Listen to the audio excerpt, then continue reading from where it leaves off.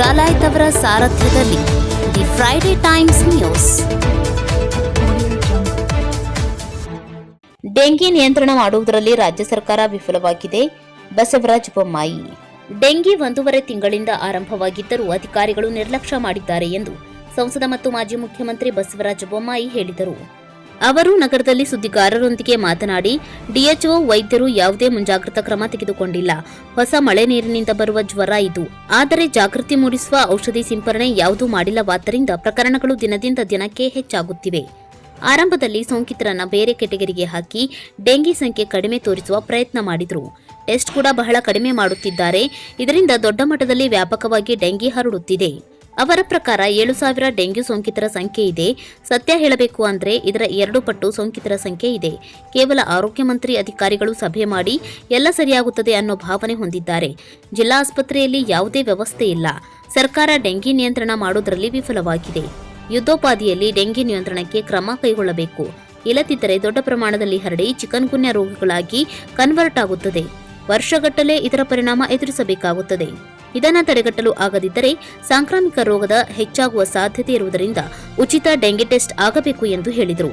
ನಂತರ ಮುಡಾ ಪ್ರಕರಣಕ್ಕೆ ಪ್ರತಿಕ್ರಿಯಿಸಿ, ಮುಡಾ ಪ್ರಕರಣ ಸಿಬಿಐ ತನಿಖೆಗೆ ಕೊಡಬೇಕು, ಇಲ್ಲ ನಿವೃತ್ತ ನ್ಯಾಯಾಧೀಶರ ನೇತೃತ್ವದಲ್ಲಿ ತನಿಖೆ ಮಾಡಿದರೆ ಸತ್ಯ ಹೊರಬರುತ್ತದೆ. ಇದು ಸ್ಕೀಮ್ನಲ್ಲಿ ಆಗಿರುವ ಹಗರಣ. ಸ್ಕೀಮ್ನ ನ್ಯಾಯಸಮ್ಮತಿಯಲ್ಲಿ ಮಾಡಿಕೊಂಡಿದ್ದರೆ ತಕರಾರಿಲ್ಲ, ಆದರೆ ಸ್ಕೀಮ್ ಬದಲಾವಣೆ ಮಾಡಿಕೊಂಡಿದ್ದರೆ ತನಿಖೆಯಿಂದ ಹೊರಬರುತ್ತದೆ ಎಂದು ಹೇಳಿದರು. ಡೆಂಗು ಒಂದು ಜ್ವರ ಸುಮಾರು 1.5 ತಿಂಗಳಿಂದ ಪ್ರಾರಂಭ ಆಗಿದೆ. ಮುಂಜಾಗ್ರತೆ ಕ್ರಮವನ್ನು ಆರೋಗ್ಯ ಇಲಾಖೆ ತಗೋಬೇಕಾಗಿತ್ತು, ಡಾಕ್ಟರ್ಗಳು ತಗೋಬೇಕಾಯಿತು, DHOಗಳು ತಗೋಬೇಕಾಯಿತು. ಆದರೆ ಅದು ಯಾವುದೂ ಮುಂಜಾಗ್ರತೆ ಕ್ರಮ ತೆಗೆದುಕೊಂಡಿಲ್ಲ. ಆಮೇಲೆ ಈ ಹೊಸದಾಗಿ ಮಳೆ ಬಂದಾಗ ಹೊಸ ಮಳೆ ನೀರಿನಿಂದ ಬರುವಂಥದ್ದಿದು.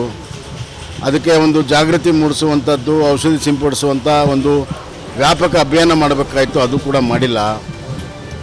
ಆಮೇಲೆ ಡೆಂಗು ಜ್ವರ ಬಂದರೂ ಕೂಡ ಅವುಗಳನ್ನು ಬೇರೆ ಕೆಟಗರಿಯಲ್ಲಿ ಹಾಕಿ ಡೆಂಗು ಸಂಖ್ಯೆ ಕಡಿಮೆ ಇದೆ ಅಂತ ತೋರಿಸೋ ಮೊದಲು ಪ್ರಯತ್ನ ಮಾಡಿದರು.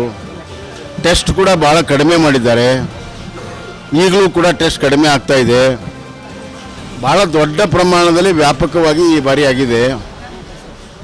ಅವರ ಅಧಿಕೃತ ಸಂಖ್ಯೆನೇ 7,000 ಇದೆ.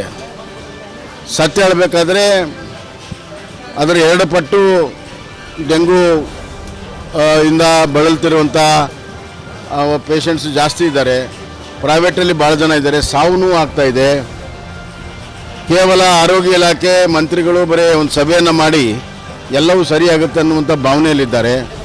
ಅದಕ್ಕೆ ಸಂಬಂಧಪಟ್ಟಂಥ ಔಷಧಿ ಕೊಡಬೇಕು, ಫಸ್ಟು ಟೆಸ್ಟ್ ಮಾಡಬೇಕು, ಟ್ರೀಟ್ಮೆಂಟ್ ಮಾಡಬೇಕು, ಆಮೇಲೆ ಔಷಧಿ ಕೊಡಬೇಕು. ಜಿಲ್ಲಾ ಆಸ್ಪತ್ರೆಗಳಲ್ಲಿ ಯಾವುದೇ ರೀತಿಯ ಈ ವ್ಯವಸ್ಥೆ ಇಲ್ಲ. ತಾಲೂಕು ಆಸ್ಪತ್ರೆಗಳಂತೂ ಕೇಳೋರಿಲ್ಲ. ಒಟ್ಟಾರೆ ಡೆಂಗು ಫೀವರನ್ನು ಎದುರಿಸಲು ಈ ಸರ್ಕಾರ ವಿಫಲವಾಗಿದೆ. ಸಾರ್ವಜನಿಕರು, ಬಡವರು ಇದರಿಂದ ಭಾಳಷ್ಟು ಸಾವು ನೋವುಗಳಾಗಿದೆ.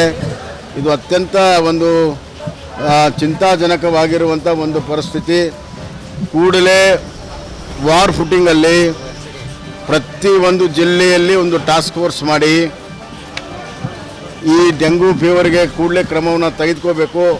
ಇಲ್ಲದಿದ್ದರೆ ಭಾಳ ದೊಡ್ಡ ಪ್ರಮಾಣದಲ್ಲಿ ಹಬ್ಬಿದರೆ ಮುಂದೆ ಅದು ಬೇರೆ ಬೇರೆ ರೋಗಕ್ಕೂ ಕೂಡ ಕನ್ವರ್ಟ್ ಆಗ್ತದೆ.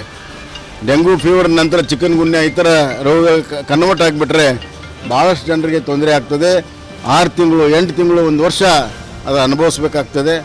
ಆದ್ದರಿಂದ ನಾನು ಆರೋಗ್ಯ ಇಲಾಖೆ ಸಚಿವರಿಗೆ ಅತ್ಯಂತ ಒತ್ತಾಯ ಮಾಡ್ತೀನಿ.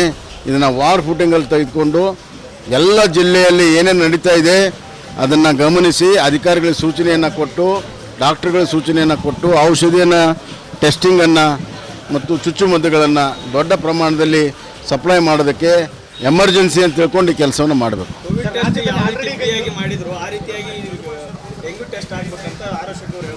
ಖಂಡಿತ. ಈಗ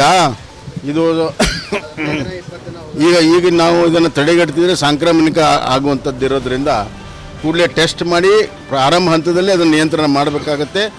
ಭಾಳಷ್ಟು ಬಡವರಿಗೆ ಟೆಸ್ಟ್ ಮಾಡಿಸ್ಕೊಳ್ಳುವಂಥ ವ್ಯವಸ್ಥೆ ಆರ್ಥಿಕವಾಗಿ ಸ್ಥಿತಿ ಇಲ್ಲ. ಅದಕ್ಕಾಗಿ ಫ್ರೀಯಾಗಿ ಟೆಸ್ಟ್ ಮಾಡಲೇಬೇಕು. ಸರ್ಕಾರ ಆ ಕೆಲಸವನ್ನು ಮಾಡಲಿ ಅಂತ ಆಗ್ರಹವನ್ನು ಮಾಡ್ತಾರೆ. 7 ಜಾಸ್ತಿ ಇದ್ದಾರೆ. ಹೂಡಾ ಪ್ರಕರಣ ಮುಚ್ಚಿ ಹಾಕೋದಕ್ಕೆ ಪ್ರಯತ್ನ ಮಾಡ್ತಾ ಇದ್ದಾರೆ ಅಂತ ಕುಮಾರಸ್ವಾಮಿ ಅವರು ನೋಡಿ ಮಾಡಿದ್ದಾರೆ.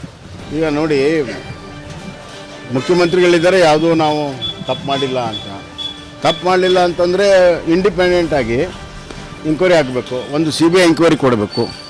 ಇಲ್ಲದೇ ಇದ್ದರೆ ಒಬ್ಬ ಜಡ್ಜಿನ ನೇತೃತ್ವದಲ್ಲಿ ಇದನ್ನು ಎಂಕ್ವೈರಿ ಮಾಡಿದಾಗ ಸತ್ಯ ಬರ್ತದೆ. ಸರ್ಕಾರ ಏನೂ ಆಗಿಲ್ಲ, ಅದು ಯಾವುದೋ ಆರೋಪ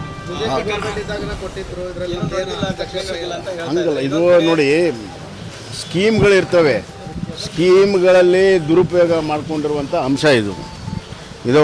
ಹಲವಾರು ಸ್ಕೀಮ್ಗಳನ್ನು ನಾವು ಬೇರೆ ಬೇರೆ ಸಂದರ್ಭದಲ್ಲಿ ಜಮೀನನ್ನು ಪಡ್ಕೊಳ್ಳೋದಕ್ಕೆ ಬೇರೆ ಬೇರೆ ಸ್ಕೀಮ್ಗಳು ಬೇರೆ ಬೇರೆ ಸರ್ಕಾರದಲ್ಲಿ ಇರ್ತವೆ.